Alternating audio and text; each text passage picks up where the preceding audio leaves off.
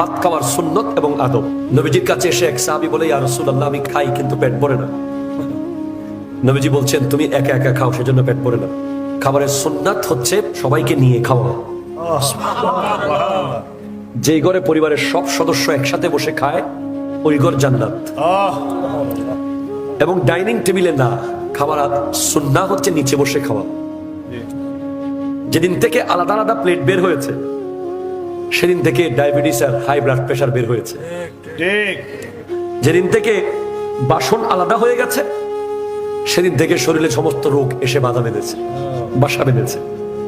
কারণ ইসলাম ওই ধর্ম যেই ধর্মে খাবারের টেবিলে সমস্ত রোগের ওষুধ আছে। এটা বিজ্ঞানসম্মত। আপনি একটা পাত্রে যখন সবাই মিলে খাবেন, আমার হাত থেকে একটা, প্রত্যেকের হাতের এই চামড়ার ভিতরে কিছু অত্যন্ত সূক্ষ্ম সূক্ষ্ম ছিদ্র আছে যেগুলো মাইক্রোস্কোপ দিয়ে দেখা যায়। ওখান থেকে প্লাজমা বের হয়, রক্তরস। ওই আমার রক্তরস গুলো আপনার জন্য ওষুধ, আপনার গুলো আমার জন্য ওষুধ। এজন্য নবীজি বলেছেন, সুরুল মুমিনের শিফা, মুমিনের মুখের খাবার আরেকজনের জন্য শিফা। এজন্য সৌদি আরবে আপনি দেখবেন বড় বড় হাসপাতাল আছে কিন্তু রোগী নেই, তেমন রোগী পাবেন না। বাংলাদেশের যেই পরিমাণ রোগী, সৌদি আরবে তার 10% রোগী নেই, কারণ তারা সবাই মিলে এক পাত্রে খায়।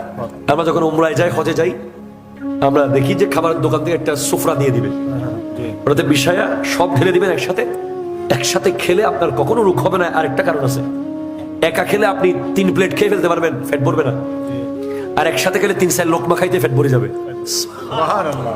রমজান ইফতারের সময় খেয়াল করে দেখিয়ে খাওয়ার আদব হচ্ছে 3 আঙ্গুলে। কয় আঙ্গুল? 3। 5 আঙ্গুলে খাবেন না, 4 আঙ্গুলে খাবেন না, 3 আঙ্গুলে নিবেন। 3 আঙ্গুলে নিলে অত পরিমাণ খাবার পেটে যাবে যত পরিমাণ আপনার জন্য দরকার। সময় যাবে বেশি, খাবার যাবে কম। 5 আঙ্গুলে খাবেন, সময় যাবে কম, খাবার যাবে বেশি। 3 আঙ্গুলে খাওয়ার সুন্নাহ, চেটে পুটে খাওয়ার সুন্নাহ। বাসন কেন?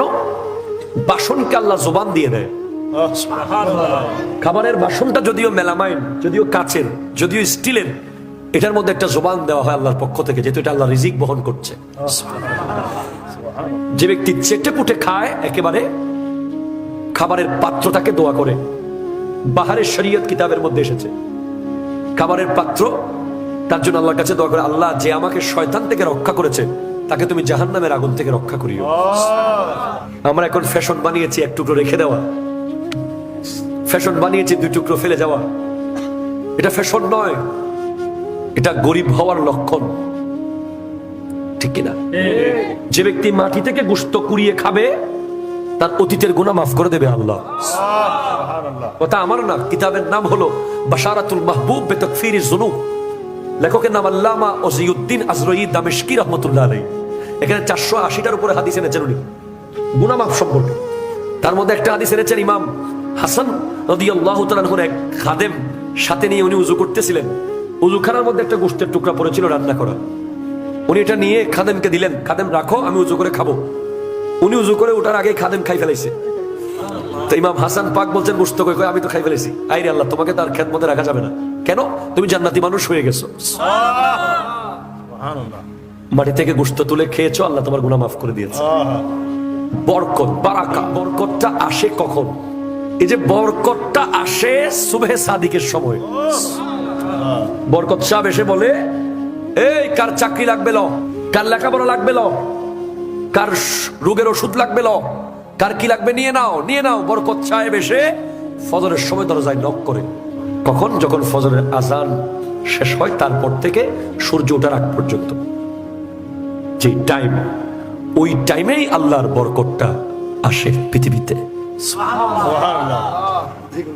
এজন্য ওই সময় যারা দরজা জানালা খোলা রাখবে ওদের ঘরে বরকত প্রবেশ করবে। আর আমার নবী দোয়া করেছেন, আল্লাহুম্মা বারিক লি উম্মতি ফি বুকুরিহা, আল্লাহ তুমি আমার উম্মতের জন্য সুবহে সাদিকের সময় বরকত দান করো। এবং ওই সময় একটা বাতাস আসে, ওই বাতাসটা আসে মদিনাতুল মুনাওয়ারা থেকে। আপনি সুবহে সাদিকের সময় প্রতিদিন যদি নিঃশ্বাস এভাবে নেন, শ্বাস রোগ ভালো হয়ে যাবে। ওই বাতাসটা ফ্রেশ, এটা কোনো মুনাফিকের গায়ে লাগবে না, এটা শুধু মুমিনদের গা টাচ করবে।